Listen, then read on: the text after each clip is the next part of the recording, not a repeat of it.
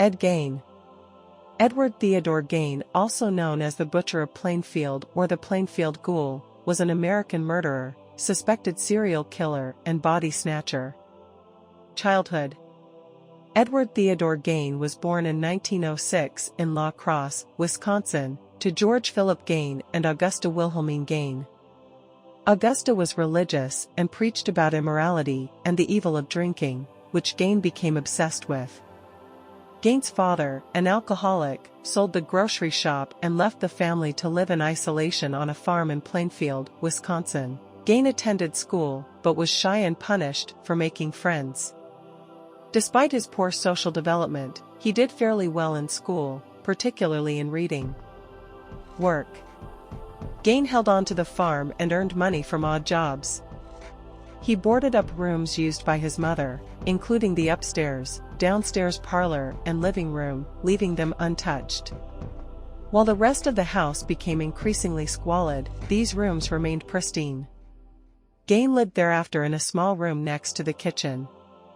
Around this time, he became interested in reading pulp magazines and adventure stories, particularly those involving cannibals or Nazi atrocities, specifically concerning Ilse Koch, who selected tattooed prisoners for death in order to fashion lampshades and other items from their skins. Crimes. On November 16, 1957, Plainfield hardware store owner Bernice Wardens disappeared. Her son, Deputy Sheriff Frank Wardens, found the store open and blood stains on the floor. Wardens' last receipt was written the night before her disappearance.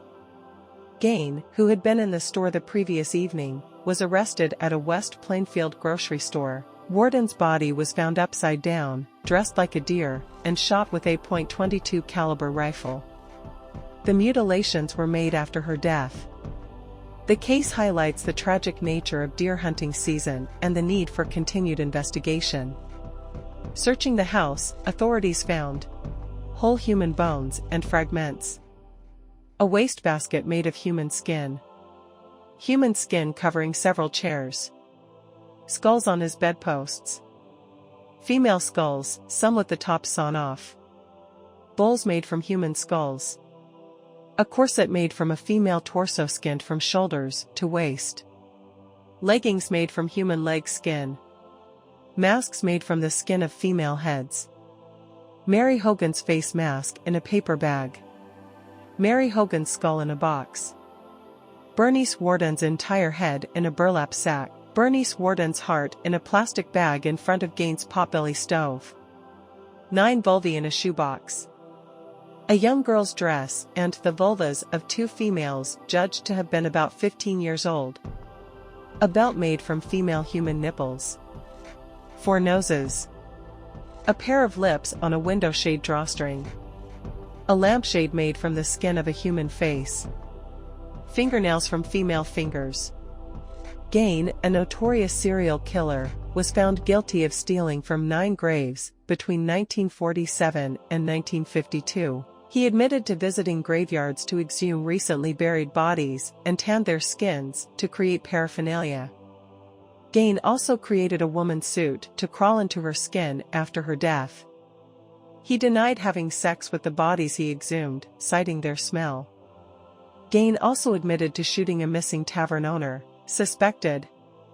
Gein was suspected in several unsolved cases in Wisconsin, including the murders of Hogan and Wardens, Georgia Jean Weckler, and Evelyn Grace Hartley.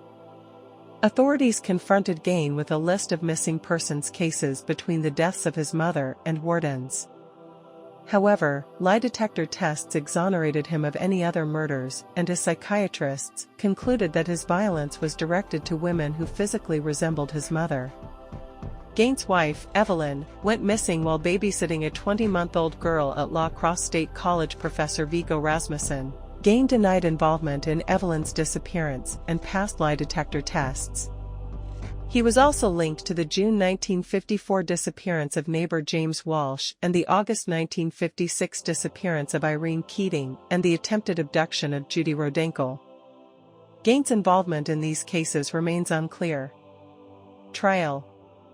Gein was arraigned on a first-degree murder charge in 1957, pleading not guilty due to insanity.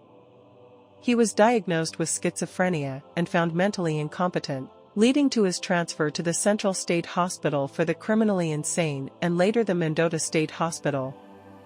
In 1968, doctors determined Gein could participate in his defense. The trial began without a jury and was held without a jury. Gein was found guilty and spent the rest of his life in a mental hospital. Death. Gein's vandalized grave marker as it appeared in 1999 before thieves stole it. Gein died at the Mendota Mental Health Institute due to respiratory failure secondary to lung cancer on July 26, 1984, at the age of 77. Over the years, souvenir seekers chipped pieces from his gravestone at the Plainfield Cemetery, until the stone itself was stolen in 2000. It was recovered in June 2001, near Seattle, Washington, and was placed in storage at the Washoe County Sheriff's Department. The gravesite itself is now unmarked, but not unknown. Gein is interred between his parents and brother in the cemetery.